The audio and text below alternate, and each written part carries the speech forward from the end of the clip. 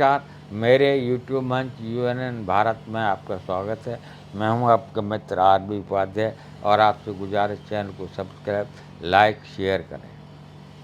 दोस्तों, राहुल गांधी का जिस तरह बढ़ रहा है उतनी ही मोदी साहब को घबराहट हो रही है और तरह तरह के षड्यंत्र रचे जा रहे हैं।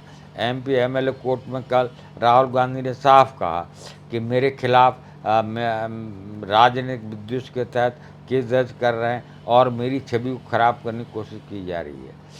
क्योंकि राहुल गांधी को कोर्ट के थ्रू पहले मोदी सरनेम में आपको ध्यान होगा कि किस तरह से सदस्यता छीनी थी। अब भी इस चक्कर में है सरकार कि किसी भी तरह से सदस्यता रद्द हो जाए, जिससे लोकसभा में इतना हंगामा मचे। लोकसभा में हंगामा हुआ दोस्तों। ओम बिरला की जो फजीयत हुई है वो काबिल गौर है। जूता जूत बाजार हो गई, खूब हाथापाई तक हुई। वो तो राहुल गांधी आगे बीच में और उन्होंने शांति की। राहुल गांधी जिस तरह से कुलियों से कल एक मोची की दुकान पर वो रुके, उसके साथ बैठे और जूते की बारीकियों को समझा। वो जनता आम जनता से मिल रहे हैं, कभी कुलियों से मिलते हैं, कभी किसानों से मिलते हैं, कभी ट्रक ड्राइवरों से मिलते हैं और सबसे बातचीत करते हैं। कल नीट के स्टूडेंट से भी मिले और मोची से भी मिले। वो समस्याएं, आम जनता की समस्याएं सुन रहे हैं और उनको आगे भविष्य में निराकरण का आश्वासन भी दे रहे हैं। जैसे नीट और पीजी के छात्र मिले और उन्होंने अपनी समस्या रखी, इसी तरह से एक मोची से समस्या समझी कि उसके जूतों में बनाने में क्या परेशानी है, क्या किस तरह से काम चल रहा है। वो सब चीज़ें एक राजा को शोभा देती हैं। ये पहले भी किस्से कहानियों में होगा, राजा भेष बदल कर जाता था जनता के बीच में और ये पता करने की कोशिश करता था कि जनता की तकलीफ क्या है। जनता की तकलीफ, मोदी जी तो मन की बात करते हैं। मोदी जी कभी नहीं देखा हो किसी मोची के पास या कुली के पास या ड्राइवर के पास। वो जाते हैं अडानी अंबानी के साथ, अंबानी के बेटे की शादी में जाते हैं।